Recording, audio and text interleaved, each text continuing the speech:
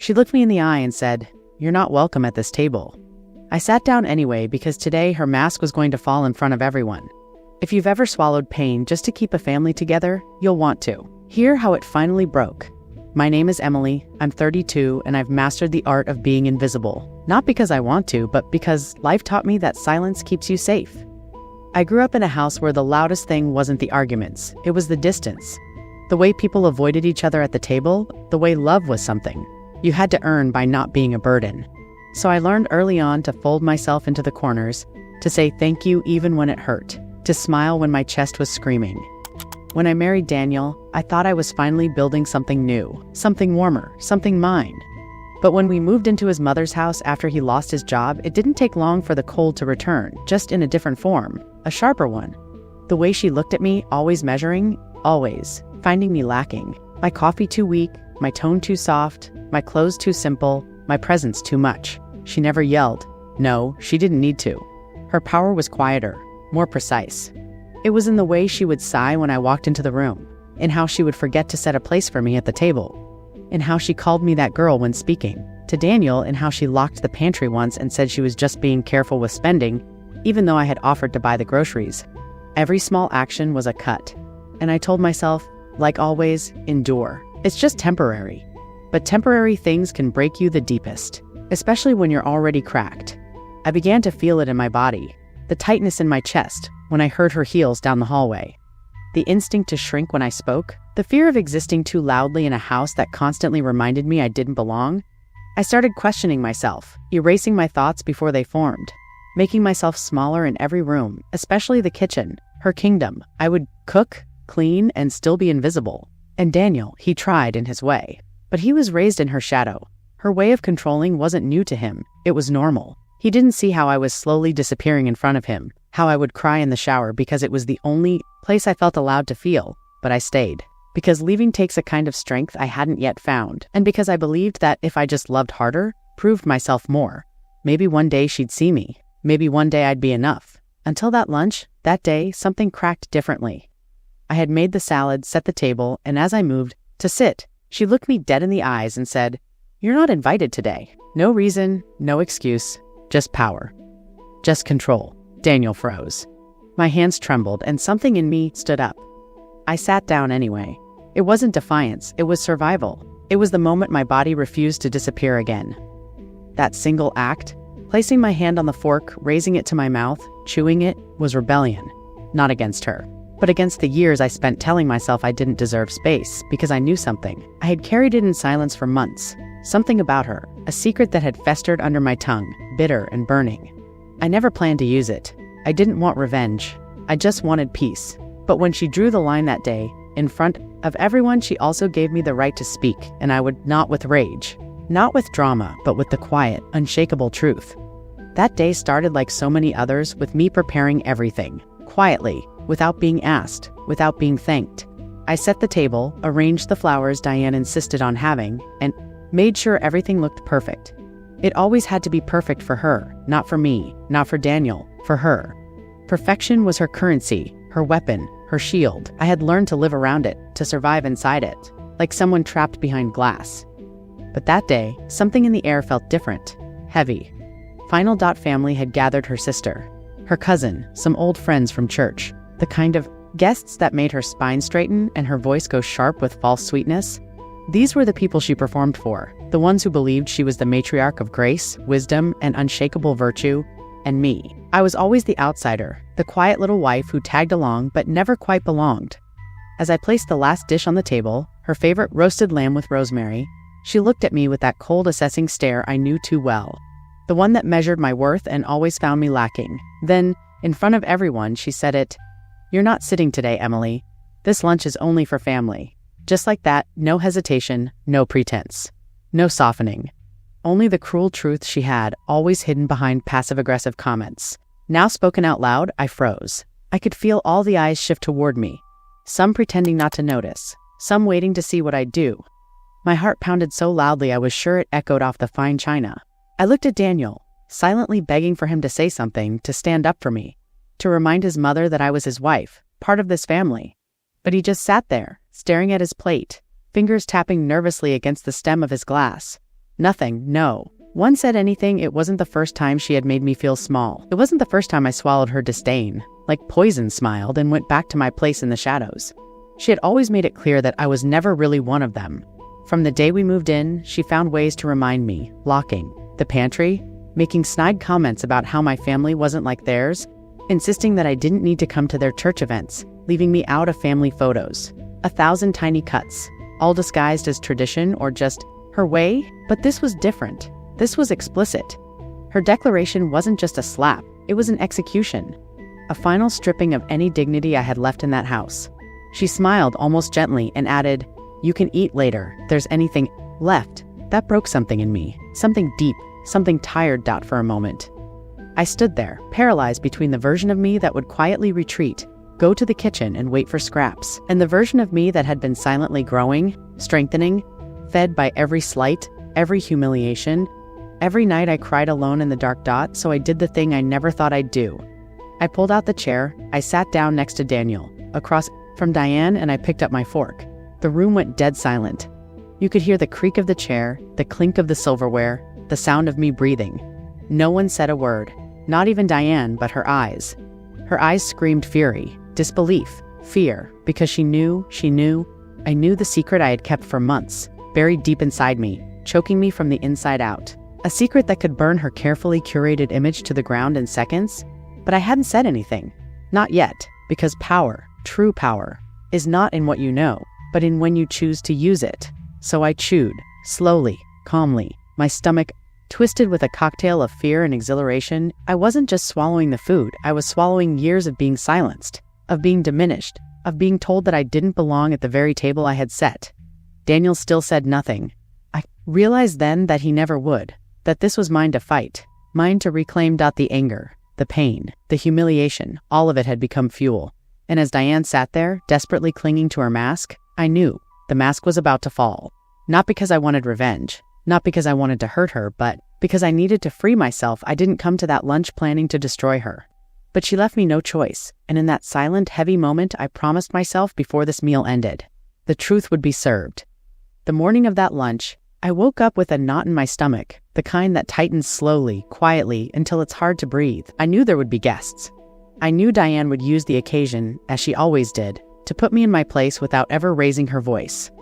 Her version of family tradition wasn't about love or unity, it was about power, about reminding everyone who ruled that house. Still, I did what I always did. I cleaned. I arranged the table, I folded the napkins just the way she liked, fanned out in perfect triangles. I even ironed the tablecloth, though no one would notice but her. In the kitchen, I prepared the sides while she barked instructions, not at me, but through me like I was part of the furniture. Something useful but invisible. She never thanked me, not once. By the time the doorbell rang and the guests arrived, her sister with the shrill laugh, her cousin who always called me by the wrong name, the church friends who smelled like expensive perfume and judgment, I had already gone numb. I stood at the doorway, hands folded, waiting for Diane's signal that I could sit down like everyone else. But she didn't even glance at me. She glided to the dining room, leading her entourage, basking in the admiration she so carefully curated. And then it happened. Everyone was seated, laughing, clinking glasses. I hovered near the kitchen, waiting for a natural moment to slip into my usual seat next to Daniel, my place, the one I had sat in for years, silently enduring her coldness. I moved to pull out the chair, and then her voice, sharp, cold, deliberate, cut through the room like a knife. "You can wait in the kitchen, Emily. Today the lunch is only for family." The words hit me like a slap, but it wasn't just the words, it was how she said them, calmly, casually, as if I wasn't a person, but a stray cat she was shooing off the porch. The room went quiet, all those eyes darting between me and her, then quickly looking away, pretending not to witness the humiliation. I felt the heat rise to my face, my throat closing. He lowered his eyes, said nothing, not a word. His silence was worse than hers.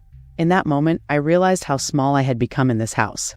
I had learned to make myself invisible to survive here. But there's only so much disappearing a person can do before they stop existing altogether. And something inside me, something I hadn't even known, was still alive.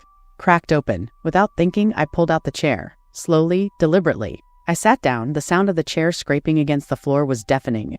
Diane's face didn't change.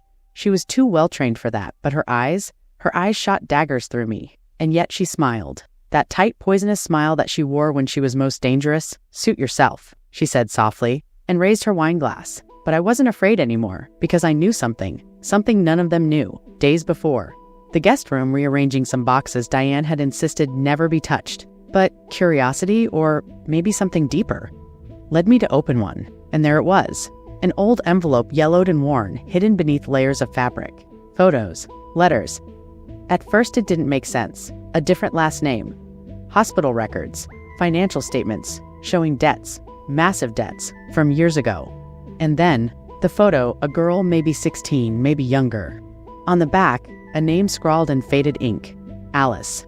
As I read through the brittle papers, the pieces began to fit together like some cruel puzzle. Morality, who held her family hostage to her standards, had a secret life, one that no one at that table knew about. Alice wasn't just some random girl, a child she had abandoned at 16, back when the shame of teenage pregnancy was a fate worse than death in her world. She had left Alice behind to marry into the family she now lorded over, constructing her immaculate image brick by brick, lie by lie, and the letters. The letters broke me, dozens of them. All from Alice, begging to be acknowledged, to be loved, to be seen.